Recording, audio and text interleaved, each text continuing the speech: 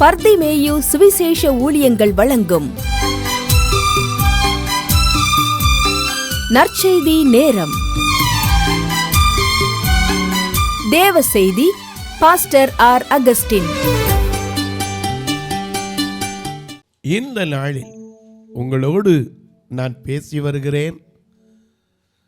கொடுமை என்று கூப்பிடுகிறேன், கேட்க ஒருத்தருமே இல்லை. கூக்குரல் இடுகிறேன், நியாய விசாரணை இல்லை என்று ஒரு உத்தமனுடைய வாயிலிருந்து வந்த வார்த்தையை நாம் தியானித்து வருகிறோம். நேற்று கூட இந்த கொடுமைக்கு ஒரு விளக்கம் டிவியில் கிடச்சிச்சு. எப்படிங்க, கர்நாடக மாநிலத்தில் ஒரு மனிதன் தன் மனைவிக்கு 4 பிள்ளைகள் உண்டு. நல்ல கவனிங்க, 4 பிள்ளை. அவன் அதை விட்டுவிட்டு, அந்த 4 பிள்ளைகளை மனைவியை விட்டுவிட்டு இன்னொரு பெண்ணோடு வாழ்ந்து வந்தான். இந்த பெண் என்ன செய்தா, ஒரு பேக்கரியில் வேலைக்கு போய் அதில் காப்பி கிளாஸை கழுவி, அதில் போடுற பாத்திரங்களை கழுவி தன் 4 பிள்ளைகளையும் வளர்த்து வந்தான். ஒரு நாள் அவள் புருஷன் வந்தான். வந்தவன் என்ன செய்ய, நீ பேக்கரியில் உழைச்சி வச்சிருக்கிற காசை கொடுன்னா. அவன் சொன்னா, 4 பிள்ளைகள் இருக்கு, 4 பிள்ளைகளுக்கும் நான் போஷிக்கணும். நீங்கள் தான் பிள்ளைகளை கண்டுக்கிறது இல்லை, ஆனால் என்னால் அப்படி இருக்க முடியாதுன்னு. உடனே, நேற்று டிவியில் பார்த்துருக்கீங்களோ என்னமோ தெரியாது, நீங்கள் அநேகர் பார்த்தவர்களும் இந்த வார்த்தையை கேட்கலாம். மனைவியை கை 2ஐயும் கட்டி பெல்ட்டை வச்சு சினிமாவில் வில்லன் வந்த மாதிரி அடித்து அவளை கடைசி மயங்கி விழுகிற வரைக்கும் பெல்ட்டாலே அடித்தானே பார்க்கணும். இன்னைக்கு உலகத்தில் கொடுமைக்கு எத்தனை காரியத்தை உங்களுக்கு சொல்லலாம். என கண்வானுலே, கொடுமை என்பது என்ன நீங்க கேட்கலாம். வேதத்தில் எத்தனையோ கொடுமைகளை நான் உங்களுக்கு காண்பிக்கலாம். ஆனா ஒரு உத்தமன் வாயிலிருந்து வருதே, அதனாலதான் இதை உங்களுக்கு தியானிக்கிறேன். ஏன் தெரியுமா, அந்த உத்தமன் கடைசி வரை தேவனையே நம்பி வாழ்ந்தவன். அவர் மேல நம்பிக்கை விடவே மாட்டேன் உறுதியா இருந்தவன்.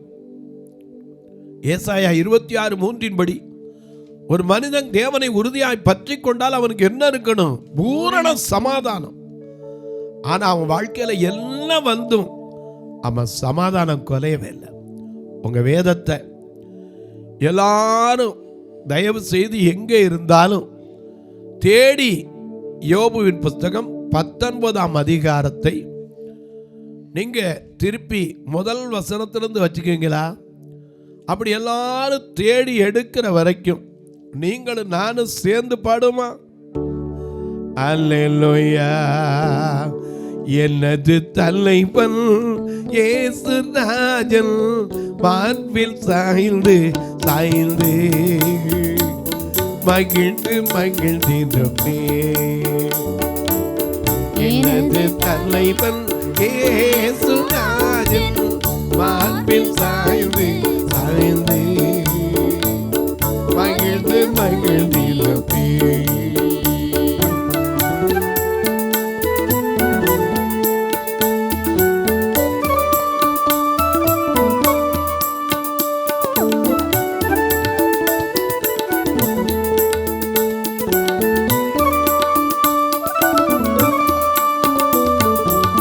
நீதி தேவன் வெற்றி வேந்தன் அமைதியின் மன்னன்.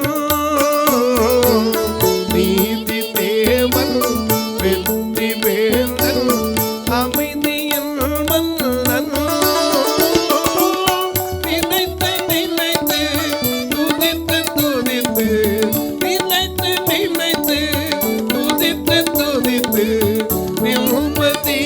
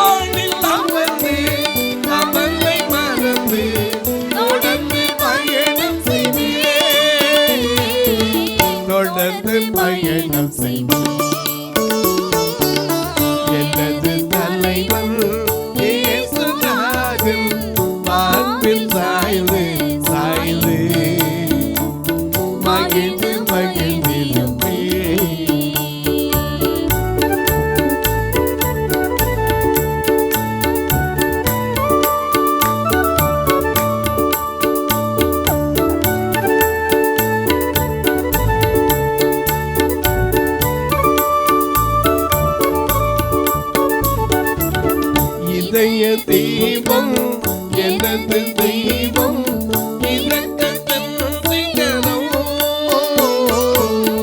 இதய தீபம் எனது தெய்வம் இரக்கத்தின் சிகரம். பார்த்து பார்த்து ரசித்து ருசித்து, பார்த்து பார்த்து ரசித்து ருசித்து பரவசம் அடைவே, பரவசம் அடைவே. எனது தலைவன் இயேசுநாதன் மார்பில் சாய்ந்து சாய்ந்து மகிழ்ந்து மகிழ்ந்திருப்பே, மகிழ்ந்து மகிழ்ந்திருப்பே, மகிழ்ந்து மகிழ்ந்திருப்பே, மகிழ்ந்து மகிழ்ந்திருப்பே. எல்லாம் எடுத்திருப்பீங்க.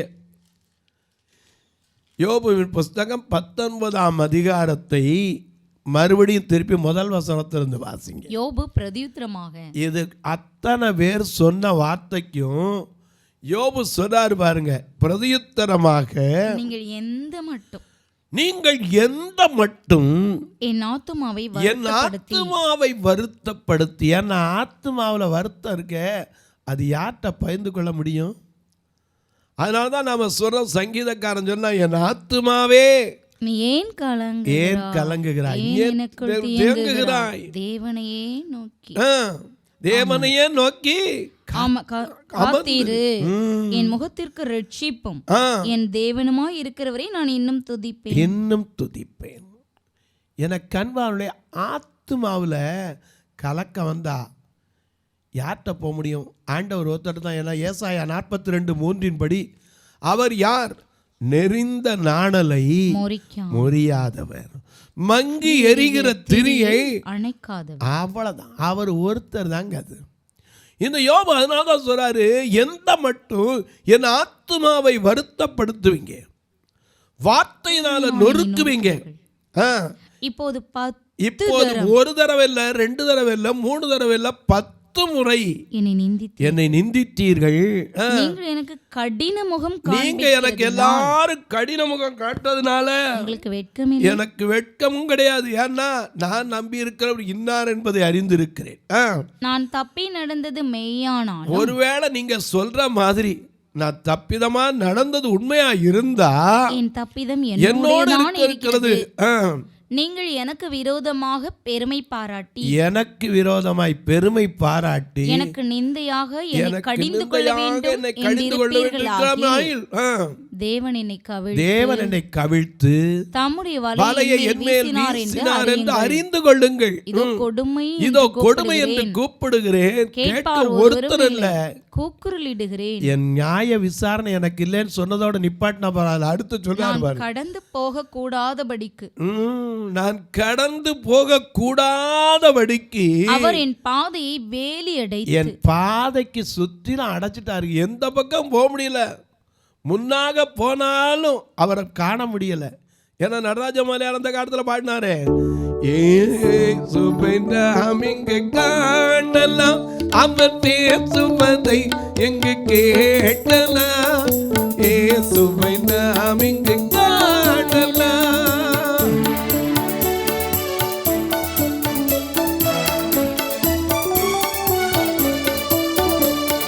பனி படல மலையின் மேலே பார்க்க முடியுமா, கனி நிறைந்த சோலையின் நடுவே காண முடியுமா, இயேசுவை நாம் இங்கு காணலாம், அவர் பேசுவதை எங்கு கேட்கலாம், இயேசுவை நாம் இங்கு காணலாம்.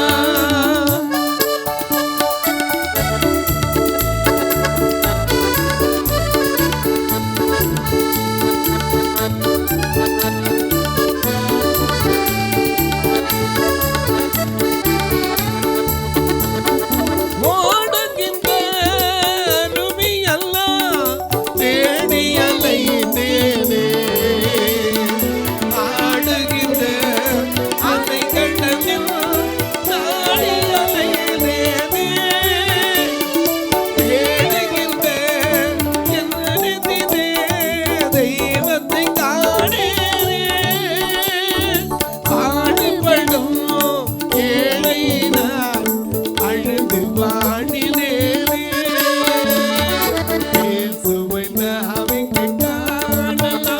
அவர் பேசுவதை எங்கே கேட்கலாம்? இயேசுவை தான் எங்கே காணலாம்? அவர்கிட்ட எங்க பார்த்து சொல்றது? ஏன்னா அவன் கூட சொன்னான், 23 சொன்னான், அவரை எங்கே கண்டு சந்திக்கலாம் என்று அறிந்தால் நல்லா இருக்கும். என் காரியத்தெல்லாம் அவர்கிட்ட தான் சொல்ல முடியும். ஏன்னா இவங்ககிட்ட சொல்லி ஒரு பிரயோஜனம், இவங்க பார்த்தும் நிந்திக்கிறவன். அதனால தான் சொல்றாரு, நீங்க எனக்கு கடின முகம் காட்டுறதுனால நான் என்ன செய்யறேன், வெட்கப்படுறதில்ல அப்படின்னு சொல்லிட்டு தொடர்ந்து சொல்றாரு. பாருங்க 8-9 வசனத்தை பாருங்க. என்னிலிருந்து என் மகிமையை அவர் உரிந்து கொண்டு என் சிரசின் கிரீடத்தை எடுத்து போட்டார். அவர் என்னை 4 புறத்திலும் நாசமாக்கினார். நான் அற்று போகிறேன். என் நம்பிக்கை ஒரு செடி. என் நம்பிக்கை, அது நல்லா கவனிக்க. இன்னைக்கு விளையாட்டு மைதானத்துல சின்ன பிள்ளைகளா இருக்குமா உட்காருவோம், கை சும்மா இருக்காது, இப்படியே தடவிட்டே இருக்கும். ஒரு செடி இருந்தா படக்குன்னு பிடிக்கிறோம். அதான் சொல்றாரு, என் நம்பிக்கை ஒரு செடியை போல பிடுங்கி போட்டார். அவர் தமது கோபத்தை என்னை எரிய பண்ணினார். என்னை தம்முடைய சத்துருக்களில் ஒருவனாக எண்ணுகிறார். அவருடைய தண்டு படைகள் ஏகமாய் வந்து எனக்கு விரோதமாய் தங்கள் வழியை உயர்த்தி. இவனுக்கு தெரியாது என்ன தெரியுமா, இந்த ஆண்டவர் இவனுக்காகத்தான் சேலஞ்சு பண்ணியிருக்காருங்க. அவனுக்கு தெரியாது. நமக்கும் அப்படித்தான். சில நேரம் போராட்டங்கள் வரும்போது ஏன் வருதுன்னு நினைக்கிறோம். பாடுறோம்ல, போராடும் என் நெஞ்சமே புகலிடம் மறந்தாயோ,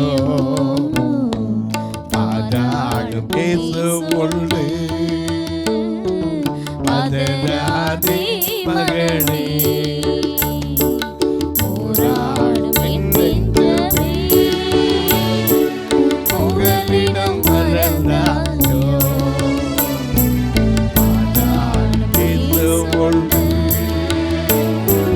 மதராதே மகனே.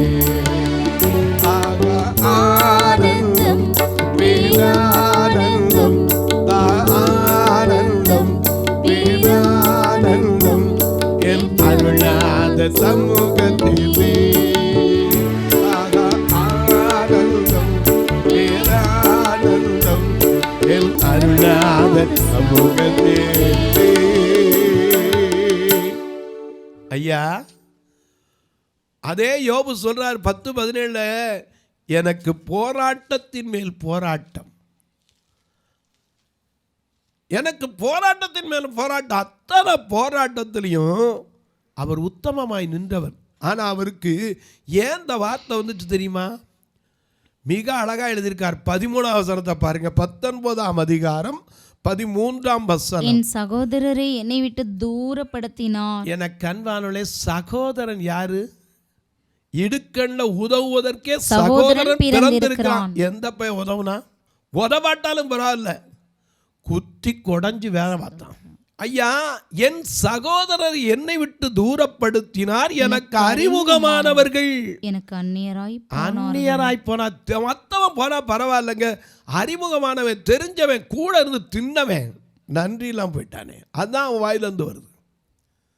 எனக்கு அறிமுகமானவர்கள் அந்நியராய் போனார்கள். அது மட்டுமல்ல, என் பந்து ஜனங்கள் வியாதியின் கொடுமையை பார்த்தோன்னு விலகி போயிட்டான். அது கூட அவனுக்கு இன்னும் இல்ல. பாருங்க, இன்னும் என் சிநேகிதர்கள் என்னை மறந்து விட்டார்கள். என் வீட்டு ஜனங்களும் என் வேலைக்காரிகளும் என்னை அந்நியனாக எண்ணுகிறார்கள். ஒரு காலத்துல எஜமா கூட்டிருப்பாங்க, எஜமானனே என் ராஜனே, எஜமானனே என் ராஜனே, எண்ணமெல்லாம் உம் சித்தம் செய்வது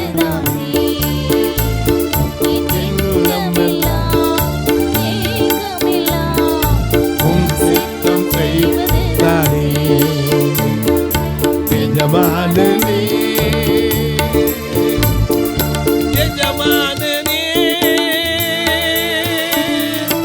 என் ராஜனே.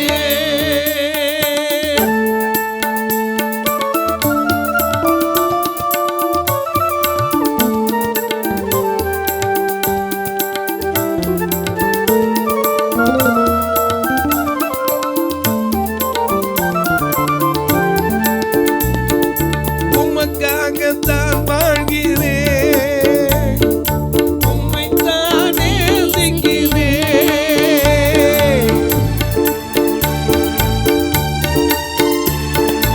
உமக்காகத்தான் வாழ்கிறேன், உம்மைத்தான் நேசிக்கிறேன்.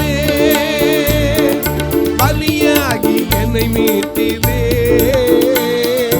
பலியாகி என்னை மீட்டிலே. பரலோகம் திறந்தீரையா, பரலோகம் திறந்தீரையா. எஜமானனே, எஜமானனே, என் நேசராஜனே.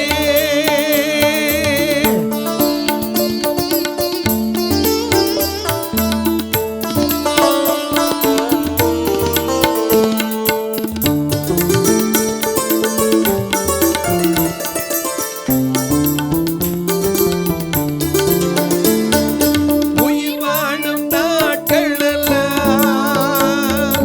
ஓடி ஓடி உழைத்திடுவேன்.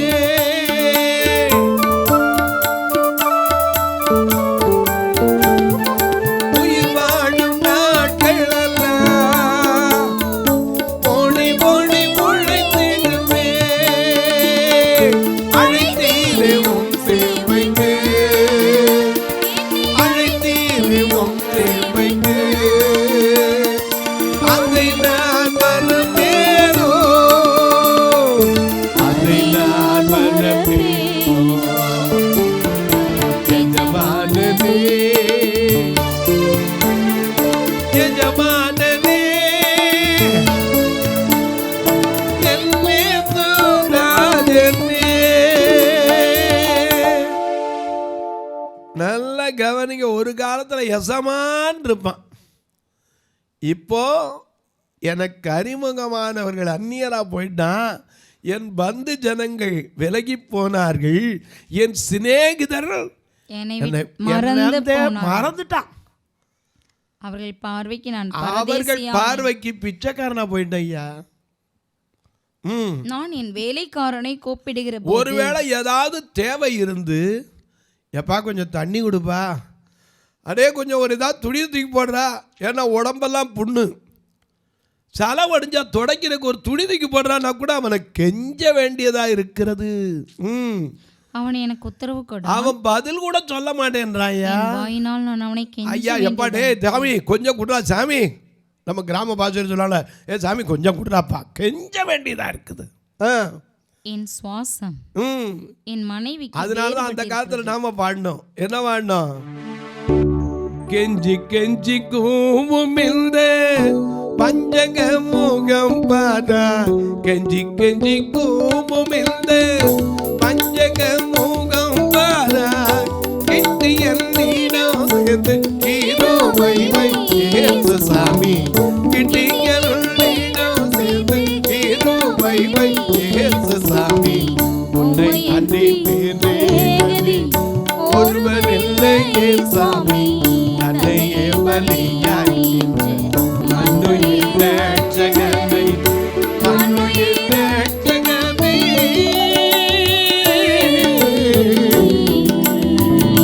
மண்ணுயிர் ரட்சகனை.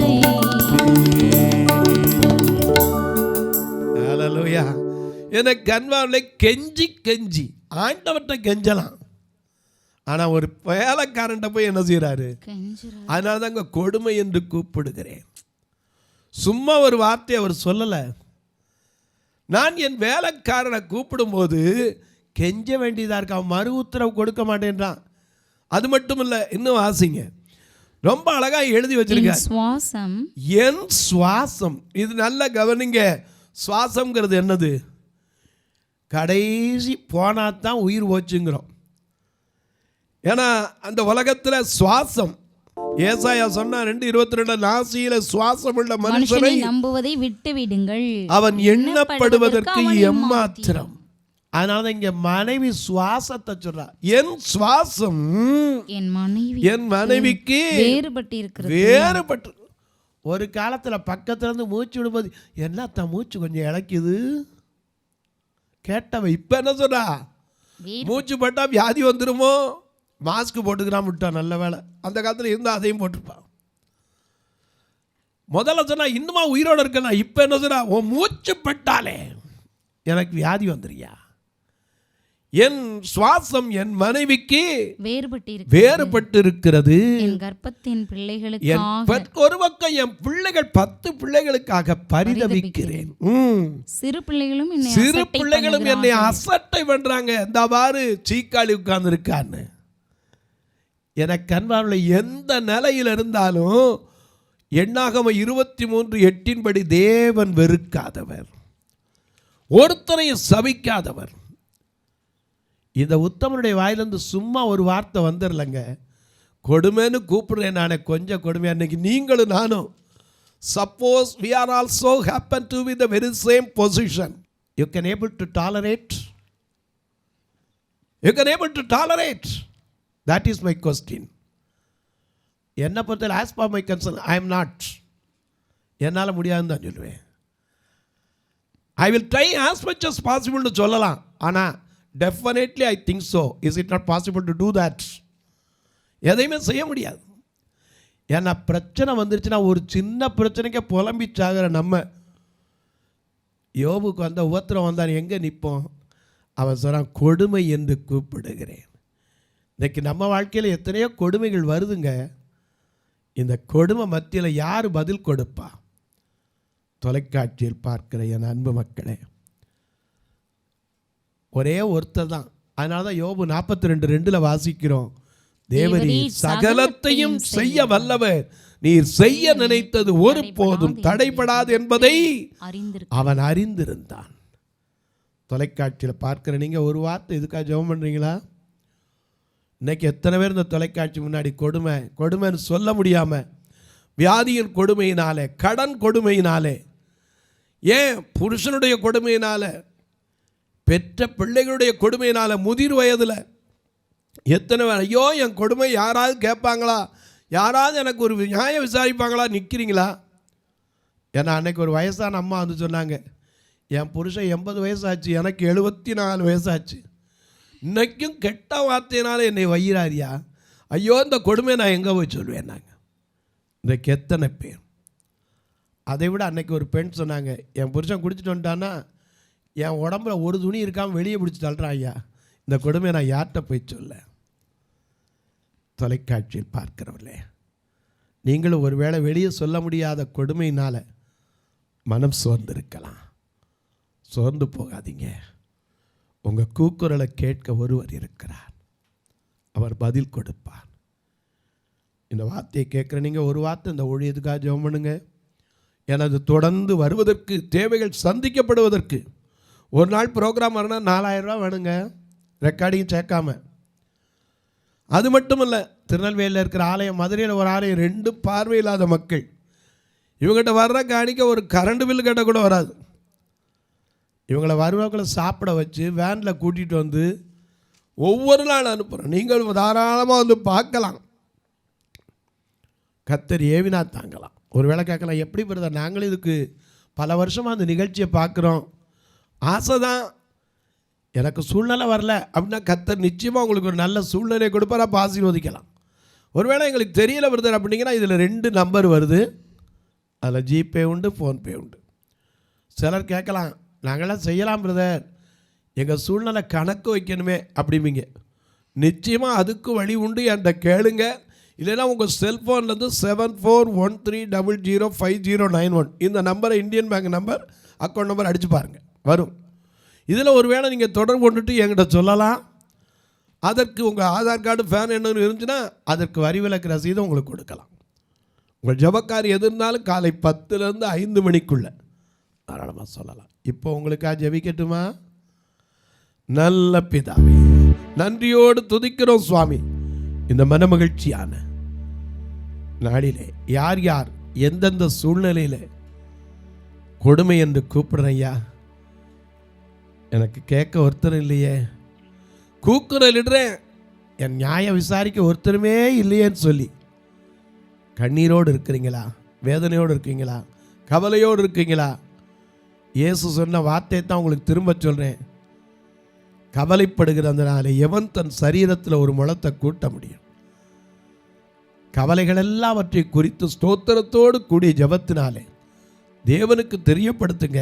அப்போ உங்கள் புத்தி, என் புத்தி, சொந்த புத்தி, சுய புத்தி எல்லாத்துக்கும் மேலான தேவ சமாதானம் உங்கள் இருதயத்தை காக்கும். அன்பின் தெய்வமே, ஆறுதலின் நாயகரே, பிறந்த நாள் திருமண நாளை நினைவு கூறுகிற மக்களுக்காய் ஜெபிக்கிறேன். தங்களுக்கு அன்பான இழந்து தவிக்கிற மக்களுக்காய் ஜெபிக்கிறேன். இன்றைக்குத்தான் ஒருவேளை மருத்துவமனையில் எனக்கு ஆப்ரேஷன் இருக்குமோ, எனக்கு நல்ல செய்தி வருமா, மருத்துவர் என்ன சொல்லுவாரோ என்று பயந்து கொண்டிருக்கிற ஒவ்வொருவருக்காய் ஜெபிக்கிறேன். ஒவ்வொருடைய மனதில் இருக்கிற பயங்கள், பதட்டங்கள் மாறட்டும். இந்த ஊழியத்தை தாங்குகிற, ஜெபிக்கிற, கொடுக்கிற எல்லா மக்களையும் ஆசீர்வதியும். வானத்திற்கும் பூமிக்கும் சகல அதிகாரம் கொண்ட இயேசு கிறிஸ்துவின் ஈடு இடையற்ற வல்லமையுள்ள நாமத்தில் ஜெபிக்கிறேன் நல்ல பிதாவே, ஆமென். சபை ஆராதனை ஞாயிறு காலை 10 மணி முதல் 12 மணி வரை. இடம் பர்திமேயு சுவிசேஷ ஆலயம், அன்னை சத்யா நகர், இளமனூர் அஞ்சல், சக்கிமங்கலம் வழி, மதுரை மாவட்டம். பின்கோட் 625201 மற்றும் பர்திமேயு சுவிசேஷ ஜெப வீடு, flat number 107, Eden garden, Muthur, Tirunelveli. Pincode 627011. சிறப்பு உபவாச கூட்டம் ஒவ்வொரு மாதமும் 2வது சனிக்கிழமை காலை 10 மணி முதல் 1 மணி வரை நாகர்கோவில் YMCA ஹாலில் வைத்து நடைபெறுகிறது. மற்றும் ஒவ்வொரு மாதமும் 4வது சனிக்கிழமை காலை 10 மணி முதல் 1 மணி வரை திருநெல்வேலி புதிய பேருந்து நிலையம் அருகில் உள்ள கிரேஸ் ஹாலில் வைத்து நடைபெறுகிறது. எங்கள் எல்லா ஆராதனைகளிலும் கலந்து கொண்டு தேவனை மகிமைப்படுத்த அன்பாய் அழைக்கிறோம். உங்கள் உதாரத்துவமான காணிக்கைகளினால் இவ்வூழியத்தை தாங்க விரும்பினால் R Augustine, account number 5021364331, IFSC code IDIB 000B066, Indian bank, BP Kulam, Madurai. GPay number 9842181917, BGM ministries மற்றும் 9442559772, பிளைண்ட் மினிஸ்ட்ரீஸ் அகஸ்டின்.